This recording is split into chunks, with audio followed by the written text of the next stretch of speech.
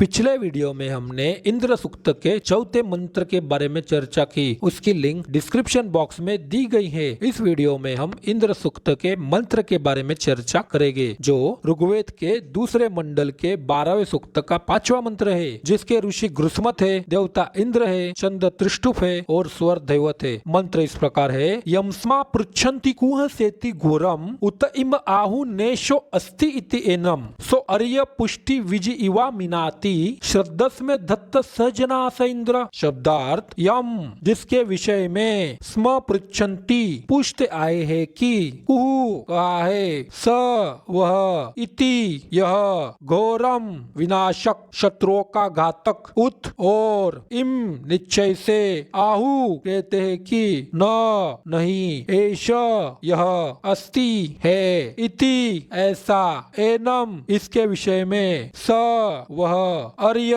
शत्रु, पुष्टि धन, विजय इव विजेता की भांति, आ सर्वता, मिनाती छीन लेता है, अधिकार कर लेता है, नष्ट कर देता है, श्रद्धा अस्में उसके लिए मन में, दत्त धारण करो। अनुवाद, जिसके विषय में आसुरी वृत्ति वाले लोग पूछते हैं कि वह विनाशकारी शत्रुओं का घातक इंद्र कहाँ है, और निश्चय से इसके बारे में कहते हैं कि यह नहीं है। इस प्रकार इंद्र की सत्ता नहीं मानने वाले आसुरी प्रवृत्ति वाले शत्रुओं की संपत्ति वह इंद्र विजेता की बाती छीन लेता है। अतः उसके लिए मन में श्रद्धा और आदर धारण करो। ऐसी महिमा से युक्त केवल इंद्र ही है, मैं नहीं। यहाँ पर महर्षि घृष्मत धुनि और चमुरी नामक दो महाबलशाली असुरों को चेतावनी दे रहे कि वह इंद्र को युद्ध के लिए ढूंढने का प्रयास न करे और इंद्र की सत्ता को स्वीकार करते हुए उस पर श्रद्धा धारण करे, नहीं तो इंद्र द्वारा उनका संपूर्ण ऐश्वर्य धन एक विजेता की बाती छीन लिया जाएगा। साथ यहाँ पर आसुरी और नास्तिकवादी प्रवृत्ति वाले लोगों को ईश्वरीय सत्ता स्वीकार करने का उपदेश दिया जा रहा है। नास्तिकवादी उग्र आसुरी प्रवृत्ति वाले लोग जो उस ईश्वर की जो इंद्र के नाम से भी जाने जाते हैं, उनकी सत्ता पर विश्वास न करते हुए यह पूछते हैं कि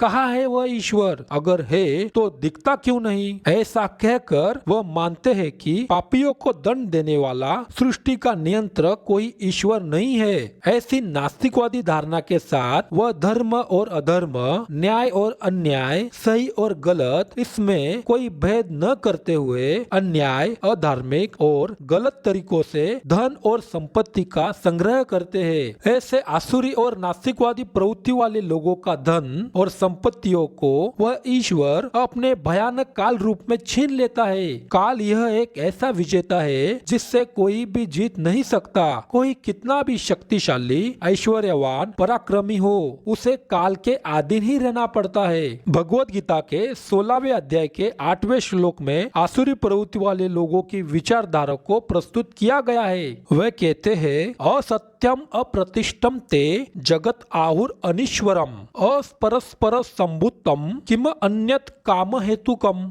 अनुवाद, आसुरी प्रवृत्ति वाले लोग कहते हैं कि यह संसार परम सत्य भगवान की व्यवस्था से रहित, आधारहीन है। इसको नियंत्रित करने वाला कोई भगवान नहीं है। यह काम वासना से उत्पन्न होता है और वासना के अतिरिक्त इसका कोई कारण नहीं है। भगवत गीता के 16वें अध्याय के 9वें श्लोक में आसुरी प्रवृत्ति वाले लोगों के कार्यों के बारे में बताया गया है।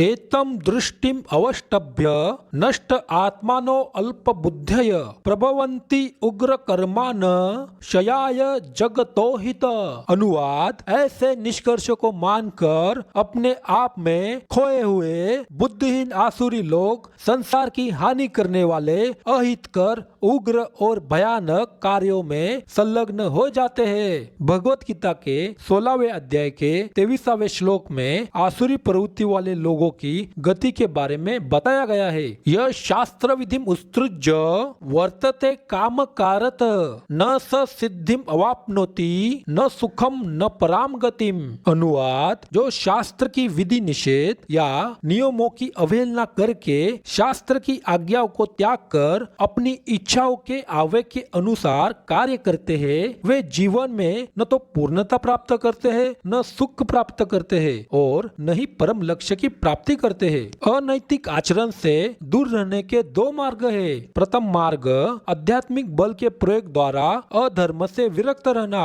दूसरा मार्ग भगवान के दंड के भय के कारण पाप कर्मों से दूर रहना। केवल इच्छा शक्ति के आधार पर बहुत कम लोगों में पाप कर्मों से विरक्त रहने की सामर्थ्यता होती है। अधिकांश लोग दंड के भय से बुरे कामों से विलग रहते हैं। इस प्रकार से यदि हम भगवान में विश्वास रखते हैं तब उनके भय के कारण हम अनैतिक आचरण करने से बचे रहेंगे। इसके विपरीत यदि हम भगवान में विश्वास नहीं करते तब भी उनके सभी विधि विधान हम पर लागू होंगे और हमें अपने दुर्व्यवहार का परिणाम भुगतना पड़ेगा। मनुष्य के सभी पापों का कारण काम अथवा इंद्रिय भोग की इच्छा है और जब मनुष्य इसके अधीन होके भगवान की सत्ता को न मानकर अनैतिक आचरण करता है तो निश्चित रूप से वह प्रकृति के कठोर दंड का भागी बन जाता है और उससे उसकी सारी संपत्ति, धन, ऐश्वर्य छीन लिया जाता है।